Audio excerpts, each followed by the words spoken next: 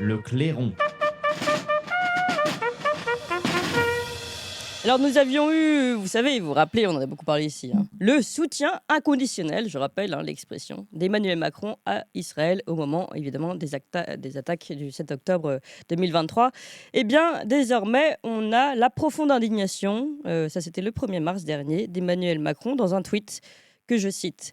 Profonde indignation face aux images qui nous parviennent de Gaza où des civils ont été pris pour cible par des soldats israéliens. J'exprime ma plus ferme réprobation envers ces tirs et demande la vérité, la justice et le respect du droit international. Intéressant parce qu'on voit vraiment un changement de ton et en plus renforcé par un article, une interview du ministre, de notre fabuleux ministre des Affaires étrangères Stéphane Séjourné, le lendemain dans Le Monde, qui explique la crise humanitaire à Gaza qui crée des situations indéfendables et injustifiables dont les Israéliens sont comptables. Donc là, c'est vraiment très très intéressant parce qu'on n'était pas du tout dans ce genre de propos il y a encore quelques semaines. Il estime encore que la France doit être, alors là, du bon côté de l'histoire concernant la guerre en Ukraine, mais réclame un cessez-le-feu durable dans l'enclave palestinienne. Donc un fléchissement. Que se passe-t-il dans le gouvernement pour qu'il y ait eu cet infléchissement? Pourquoi le font-ils maintenant? Eh bien, toutes ces questions qu'on souhaite poser à Édouard Husson. Merci beaucoup. Bonjour Édouard Husson.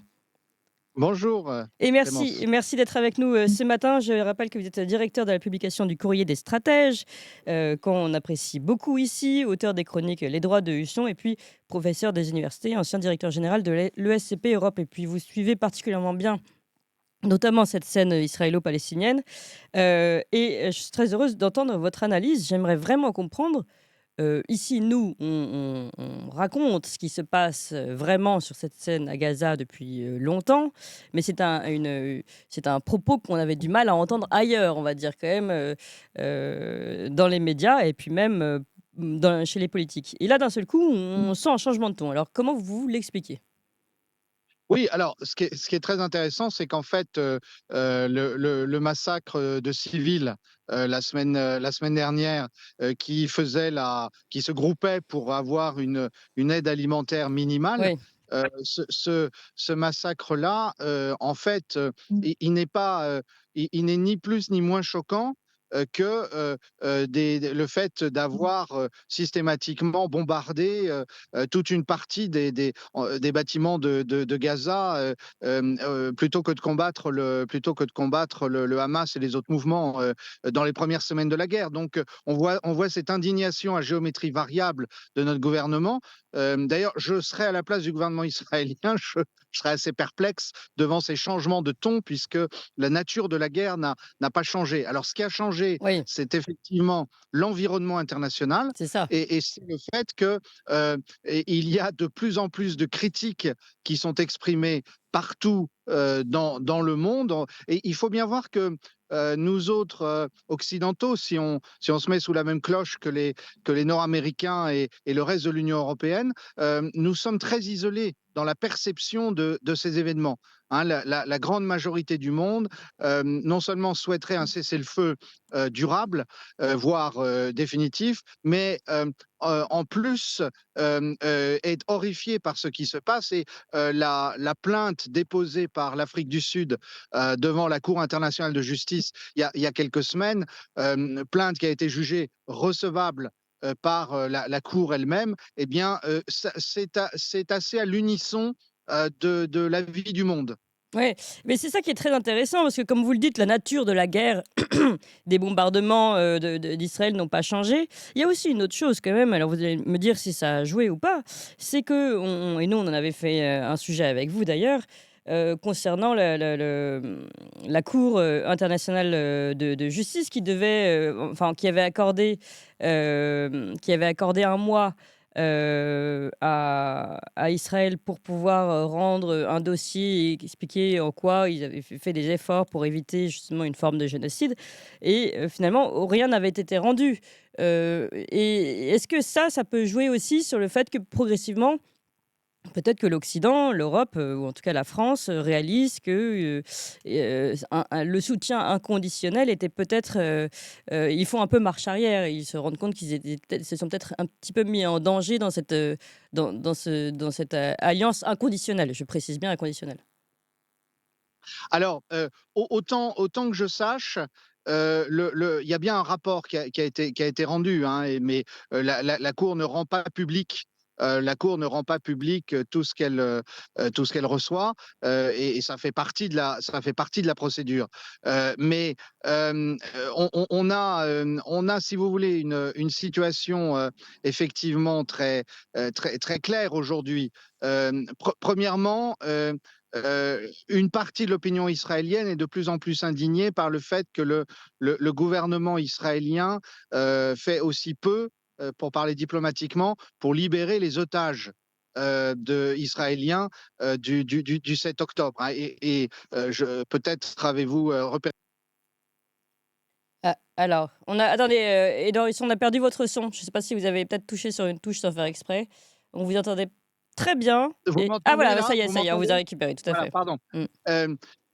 70 des otages qui avaient été faits le 7 octobre par le Hamas et les autres mouvements palestiniens ont été tués lors des bombardements israéliens. Oui. Ça fait plus de 30%, hein, du chiffre total, si mes calculs sont exacts. Donc il y a un mécontentement dans la société israélienne. Ensuite, il y Ah a, bah oui. il y Qu'on ne a, perçoit pas ici, hein. C'est intéressant parce que il y a plus de nuances finalement dans le soutien à Israël en Israël que chez nous. alors, il faut distinguer entre, il y a un soutien qui reste massif pour l'idée d'éradiquer le Hamas, et pour l'instant, il n'y a pas de refus de la guerre. En revanche, il y a un mécontentement croissant vis-à-vis de la population vis-à-vis du gouvernement Netanyahou. Oui, tout à fait. Mm. Et c'est à tel point qu'actuellement, le ministre de la guerre, Benny Gantz, est à Washington en visite, et certains pensent que c'est pour préparer le remplacement de Benjamin Netanyahou. Donc ça, c'est une chose. On a d'autre part quelque chose dont on parle jamais dans la plupart des médias français, qui sont les coups terribles que les Houthis au Yémen, le mouvement d'Ansar Allah, porte à la flotte américaine et britannique, Mm. et en particulier en la neutralisant, et en coulant des bateaux qui voudraient voguer vers Israël, et qui ne respectent pas les coups de semonce, effectivement, des Houthis. Donc c'est une situation qui est très dure pour les Anglo-Américains, parce que ça veut dire qu'ils ne maîtrisent pas en fait ce type de conflit. Et puis alors, vous avez d'autre part la situation actuellement tout à fait dramatique. Je parle dramatique au sens, on ne sait pas ce qui va en sortir, de négociations pour essayer d'obtenir un cessez-le-feu, et où Israël et le Hamas négocient par l'intermédiaire de l'Égypte et du Qatar. Oui. Et en fait, tout le monde espère qu'il y aura un accord dans les prochains jours, mais c'est évidemment extrêmement difficile. Les Américains, les États-Unis ont beaucoup de mal à faire pression sur Israël. C'est normal. Les États-Unis ont laissé Israël faire pendant des années, voire des décennies.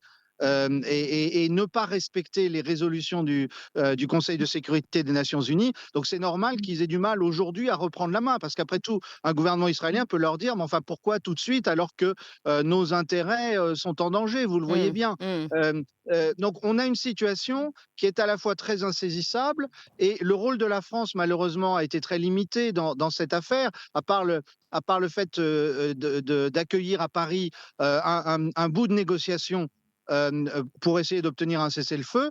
Sinon, pour le reste, la France, il faut bien comprendre que malheureusement, ça fait mal de dire ça, mais la France ne compte plus sur la scène diplomatique internationale. Mm. Emmanuel Macron a trop affirmé tout et son contraire, puisque c'est le en Oui. même temps, c'est tout et son contraire, en Oui, fait. ouais, ouais. Mais alors, dernière question, Édouard Husson, non, mais c'est intéressant parce que, bon, la France ne compte plus, ça, on l'avait déjà plus ou moins compris, ou alors parfois en mal, sur la scène internationale parce que parfois elle dessert ses intérêts. Mais là, pourquoi a-t-elle infléchi le ton, justement? Sur qui s'est-elle alignée? Sur quel a été l'élément qui a fait qu'elle voit les choses différemment? Est-ce que c'est par rapport justement aux Américains qui eux-mêmes, comme vous l'avez expliqué, sont en difficulté avec le conflit avec les Houthis? Est-ce que c'est, enfin voilà, comment vous l'expliquez vous? Comment vous l'interprétez? Ah ben, je crois que malheureusement, là aussi, hein, c'est un alignement permanent sur la position de Washington. Mmh. Et à Washington, ça fait plusieurs semaines qu'on est très en colère contre Netanyahou sans trop savoir comment réussir à le canaliser et à l'amener à une attitude diplomatiquement plus acceptable. Mmh. Donc malheureusement, notre président de la République est aligné sur le changement d'humeur américain. OK, ben voilà, c'est clair. Merci, beaucoup Édouard Husson. Puis c'est particulièrement intéressant parce qu'en fait, on va garder ce fond d'analyse-là et on va donner la parole à Renaud Beauchard qui, lui, va nous expliquer justement ce qui se passe aux États-Unis et justement le fait que les États-Unis mettent vraiment la pédale douce sur la scène ukrainienne. Donc on voit bien, ils le font pour Israël, mais également sur la scène ukrainienne. Et nous, visiblement, on suit. C'est en tout cas l'analyse d'Édouard Husson. Merci encore Édouard Husson. Je rappelle que vous êtes directeur de publication du Courrier des Stratèges.